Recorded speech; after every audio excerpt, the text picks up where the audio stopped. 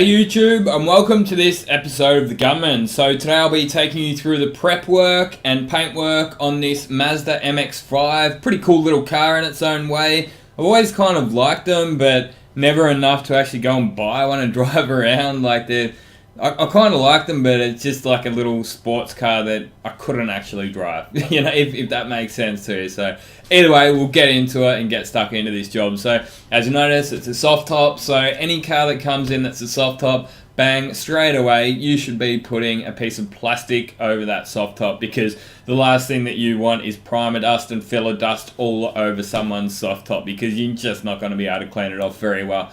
And anyway, yeah, getting into the job, first stage as usual is to clean all the panels down that we're going to be painting.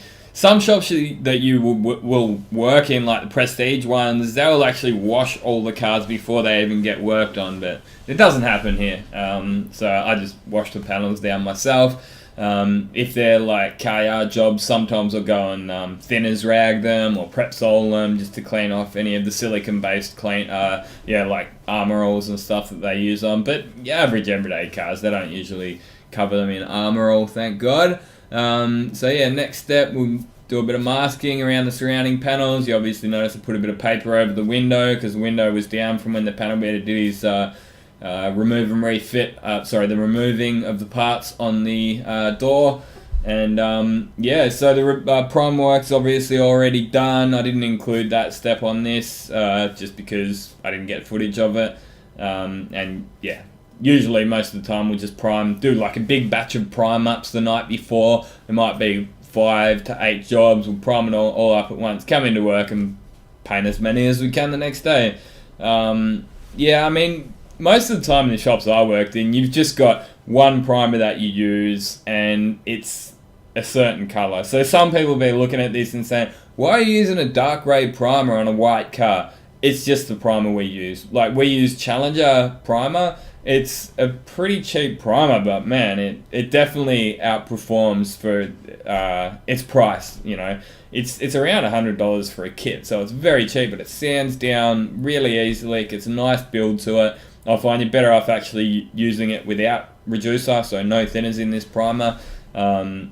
It dries quick and yeah, blocks down nicely, so what else can you ask for? Minimal shrink back, you know, if you're ever worried about it, you can put the heat lights on it so that it does shrink back before you go to paint it rather than after you paint it, but 9 times out of 10 it's not really an issue. And yeah, just blocking it down, a bit of 180 first, and you know, horses for courses. Like this repair up the top section here, I knew it was not too bad, so I just yeah, gave it a block down with 320 grit, as you see here, and that's something I've been doing lately, just giving it a light block to make sure it's nice and straight with 180 first, and then flipping a bit of 320 or 400 onto this small block, which is a really handy little block, nice lightweight, and yeah, just going like that next stage down with the smaller block. So save yourself from having to remove all those deep 180 scratches with the Orbital sander. You're actually sort of taking half of them out with the block. And then obviously next up, blow the car off in between each stage just to inspect, make sure you haven't missed anything, clean it, you know, obviously get all the dust off of it, make sure you're happy with it before you move on to the next step. At the end of the day, spray painting is just a procedure. I'm at the point where I don't find it very hard. Sure, there's always things that can go wrong, but as you gain more experience, you'll know the best way around an issue anyway, and you're gonna, you know, go the shortest route rather than if you get an issue, you're gonna, I don't know, if you get like a lump of black stuff in your base coat, you're gonna go and sand it out when it's fresh and then create an absolute, you know, meal for yourself, or you're gonna say, no, I need to get the heat gun. That's just one example of, you know, so many things that can go wrong in this trade, but yeah, with the experience, you will have had all those things go wrong, and you'll know the best way to A, avoid them happening in the first place, and B, when they do happen, you'll know the best way to go about it. And yeah, all these little things that I do them for a reason, you know. Yeah, that's what I sort of try to tell Alan, like, it's all those little 1% that adds up to like a full final product. You know, all those little things, like rubbing your hand over it, making sure it is nice and straight before you get it into the booth. The last thing you want is get a coat of base coat or clear coat on there and find that your panel's really ripply, you know. As you see here, I felt something there, so I decided I'm going to actually need to get that block back out again.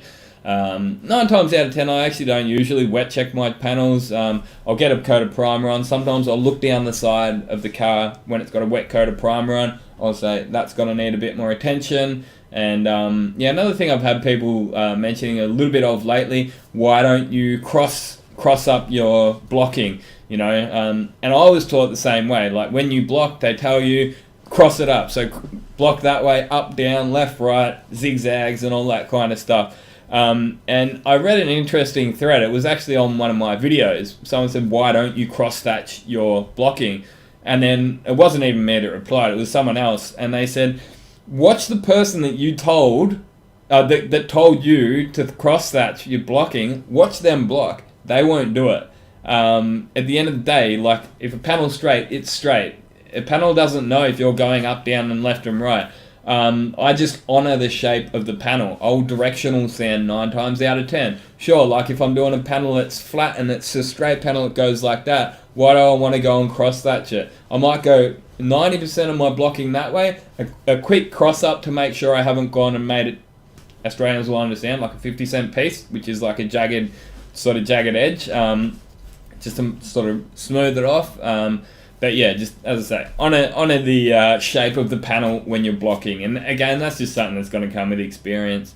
You know, do your wet checking, do your hand feeling, have a look at it, do all that kind of stuff. But once you've been doing it for long enough, you'll just get the feel of the way you've blocked it, and you'll know that that's going to be pretty close. So yeah, just buzzing down those blends. Once I've done the prime sections, I'll go and do the blends. Obviously, clean the orbital sander out because I've gone and buzzed over the primer, and that's got a dark primer dust to it. So I don't want to go and drag all that dark primer dust over my blend. So I actually always get that orbital sander. Yeah, it makes a bit of dust all over this place. I'll try to blow it out the window, out the door of the shop, and yeah, clean that orbital sander out before you go and do your blends. Clean your ScotchBrite out before you go and do your blends.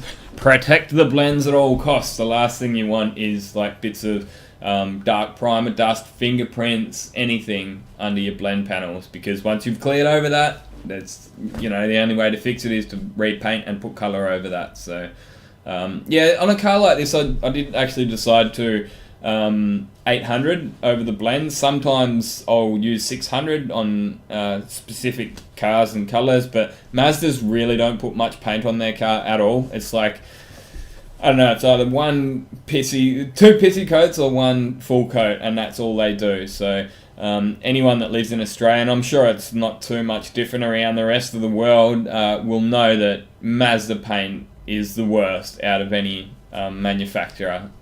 They just don't hold up. Anything that's over sort of 10 years old that hasn't been really looked after, if it sits outside most of its life, there's like the paint's faded, if not completely gone. Like they will have no clear coat left on them sometimes.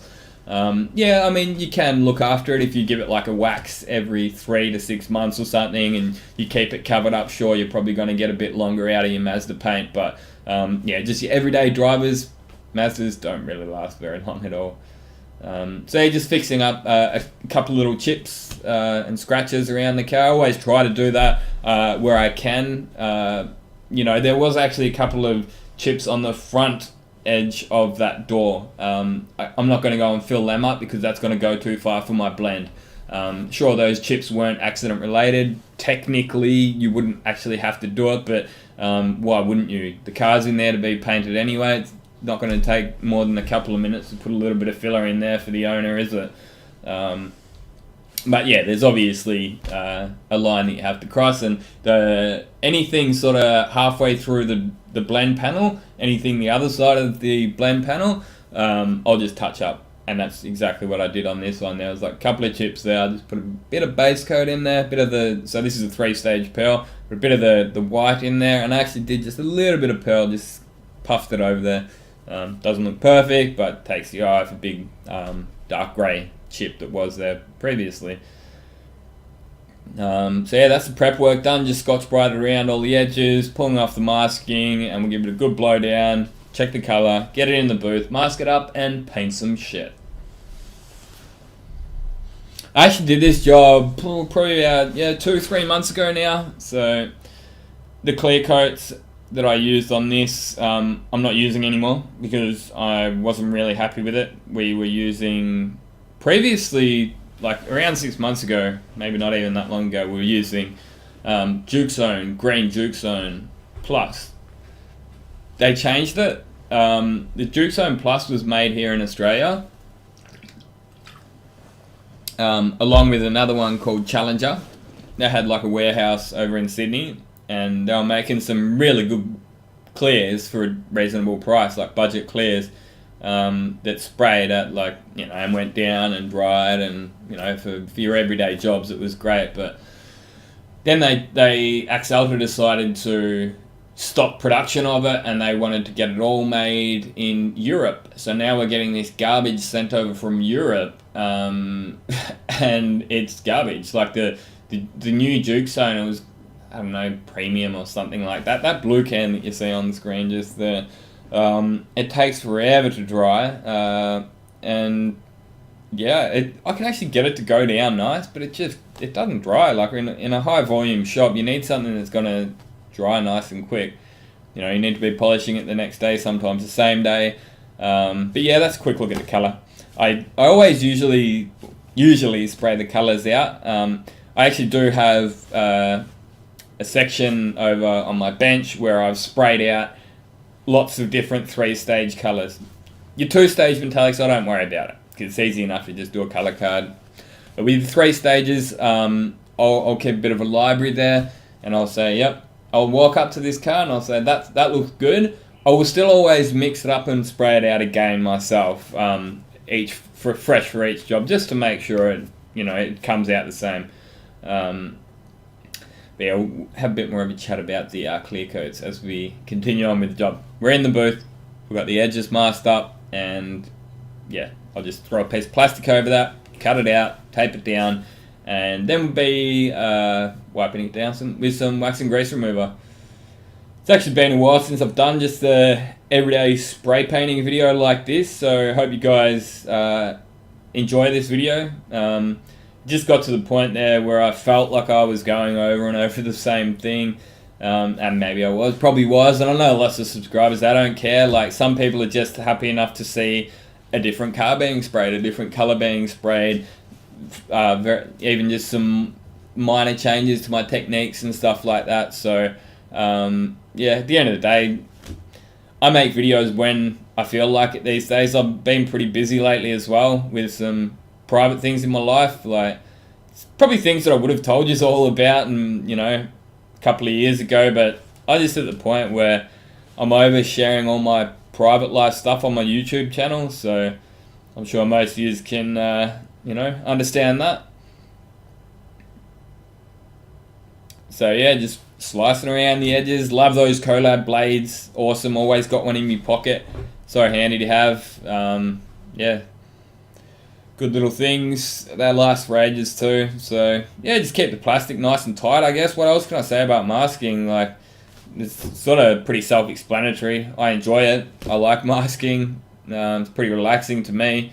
Don't find it hard. There's not much about this job I really find hard anymore, and I guess that's just part of mastering something, I think. As someone even mentioned in the comment section, like the first time you try to do most tasks, it's difficult, but once you've done it again and again, it feels easy. But I still love it. Like, I still enjoy going to work every day. Some days more than others, but all in all, I enjoy getting to go to work and take pride in my work, and what's not to like about it. That's what I say. Alan Jones, my apprentice, he's doing really well too. I'm sure you've all seen some of his videos. I've been taking him in the booth, and he's got the right attitude towards it. He's keen to learn, so he's doing well. He's lucky. I'd say he's lucky, but at the end of the day, you make your own luck, But yeah, still lucky, I guess, in a way, to have got the opportunity to follow his dreams, because he's wanted to be a spray painter for a while. So yeah, I got him in there and see how he goes. I got a feeling he's going to be a good tradesman one day. Anyway, just wiping it down with wax and grease remover. Just spray on, wipe off, And next up, we'll give it a tack rag. Probably notice I put those bits of foam tape. We got the J tape at the moment. The 3M one's like double the price. Computer just went to sleep. Hope that's still recording. Yep, still going.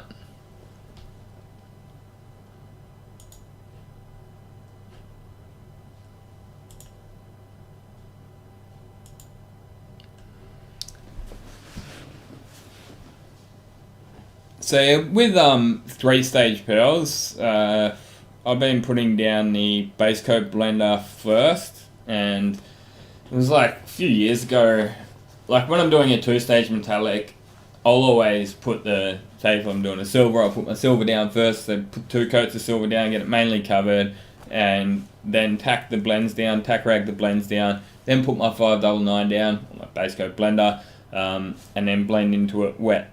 But I did that with a 3-stage pearl once, and the white ended up like traveling over to bits on the blend. So I've just found it's better off with your 3 stages, put that base coat blender down first.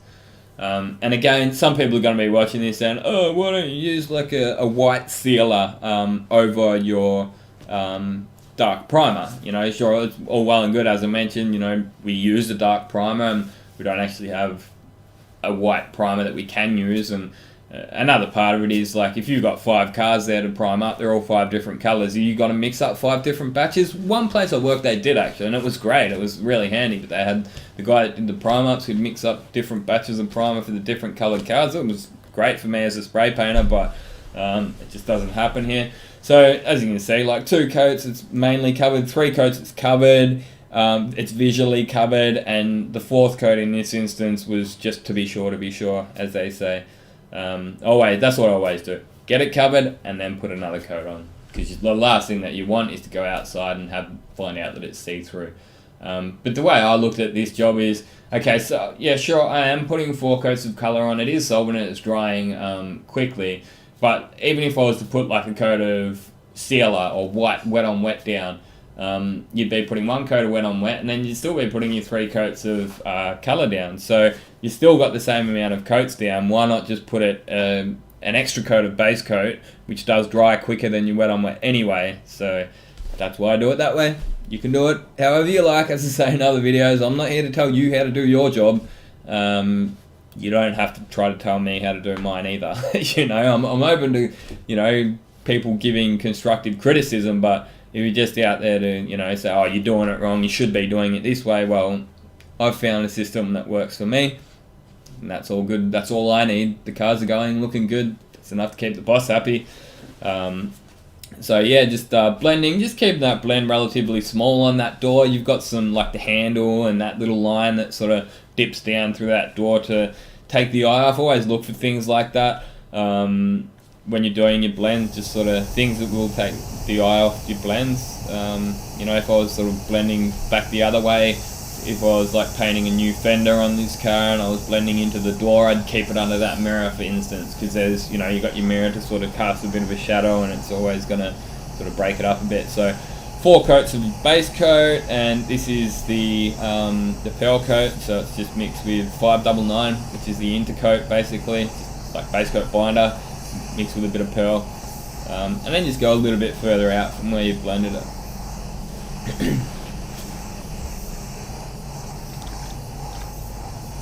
Using a Sagola 4600 Xtreme. Love this gun. Got the DVR Titania air cap on it. And when I was doing my colour card spray outs, I looked at the colour. I actually did have a bit of room for a blend on that quarter panel up to the boot lid. I looked at the colour and I'm like, you know what, that's great already. So I decided I didn't need to blend it, and there was a little chip up the top of that that quarter panel too, so I'll fix the chip and the colour's gonna look good as well, so win-win. And after I did put, so there was all up 6 coats of base coat down, so that's quite a lot of coats to put down in, I don't know, maybe 15 minutes. So obviously I cut the drying times out. Once I got the base coat down, I walked out, flicked bake on for 10 minutes just to help all the solvents release. Went out, cleaned out both the base coat guns, mixed up my clear coat, put it in the gun, that gave me, you know, the 10-15 minutes flash off, come straight back in and smash some clear on. So yeah, I did a review on this gun pretty recently. I love it. ANI F160 Silver. It was my top gun for 2 weeks, so you know it did pretty good. But as I mentioned before, on this job I was using the Challenger, just sort of getting the feel for it, and they actually changed it. So as I was mentioning earlier, they used to make Challenger and Duke Zone Plus in this warehouse in Australia. They then changed it, and the new Challenger is crap. The new Duke Zone is crap. And from memory, this one was actually the original Challenger. Don't quote me on that. I just remember this job looking too good for it to be the new Challenger. The new Challenger's really thin, and it just goes on really watery, and you just don't get any real build out of it. You then go and hit bake, and you'll come back and it's like satin finish. So the long and the short of it, we ended up doing quite well out of it, like, because at this shop, you know, we do like some older cars here, so you know we can't really justify putting your $60-70 a litre clears on old dungers and car yard jobs and stuff like that. So you know we need a clear coat to fit the jobs that we're doing. People come in, they just want the cheapest job, and we can achieve that by using a cheaper clear most of the time. But then we ended up using our buying power to speak to our paint manufacturer and say, hey, look, we don't want to go above X amount of dollars per kit. What can you do? So that it was like they didn't know what to do for a while, and they came back to us with a good deal on Standox standard clear. So from now on, we're actually going to be using Standox standard clear on all our jobs. So that's good for me, you know, from the user. Jobs are coming out a lot better out of the booth, cleaner I've found as well, quicker. So because we're using, as I said, not this car here, this is Challenger, this is the old Challenger, the good Challenger. And if they had left it as it was, we would be using Challenger and loving it, but they went and ruined it, didn't they? So yeah, I'm just doing tack and whack these days with the new Standox, and it's actually another reason why I'm not using this gun, because now I'm using the Standox standard clear with the VOC hardener in it. It's like a tack and whack. You got to be a bit more, because it is that bit more expensive, you just got to be a bit more efficient with your mixes. So I will actually mix up all my clear coats, the standard clear on the scales. I've got a bit of a formula going on. It's usually 130 mils per panel, 260 for a bumper bar, because they just seem to suck the paint up. So if I was doing this in Standox standard clear, I'd say 260 for the rear bumper, 130 per panel, so, you know, around 500 mils, and that would, yeah, see this job done. So 130, 260, yeah, around 500, like 520, easily will get this job done. Whereas with like a 2 full coat system, as you see me doing here, put a coat on, do the next panel, come back around, I'll probably be around 750, 800, so we will actually have a material saving. If we can cut, even if it's like a little bit more expensive than where we were when we were using the Duke Zone or the Challenger, the way I say it, we're using less material. Okay, it's costing us a little bit more, but the jobs are going out with a better quality clear on them. Probably better UV resistance, more, you know, they're going to last a bit longer. A full proper warranty from Axalta as well. You know, Parkies is the paint supplier, Park Automotive. They supply us even the Duke Zone and all that. So they have like they had a commercial sort of reason to give us a warranty on the Duke Zone, you know, and it did stick. It worked all good. But yeah, now we've got properly Standox warranted. The Standox standard clear. So there you go. There's ANI F160 finishes. Can't fault that for a $160 gun. Absolutely love it. And yeah, wow, I made it through this video. I've been meaning to do the narration on this vid for a while. Hope you guys have enjoyed watching it. If you did, give it a big thumbs up. Yeah, you know, all the usual stuff that all those YouTubers say. There's Alan out the back giving her a bit of a scrub up. Until next time, get out there and paint some shit. Thanks for watching, and this has been another Gunman production. Goodbye.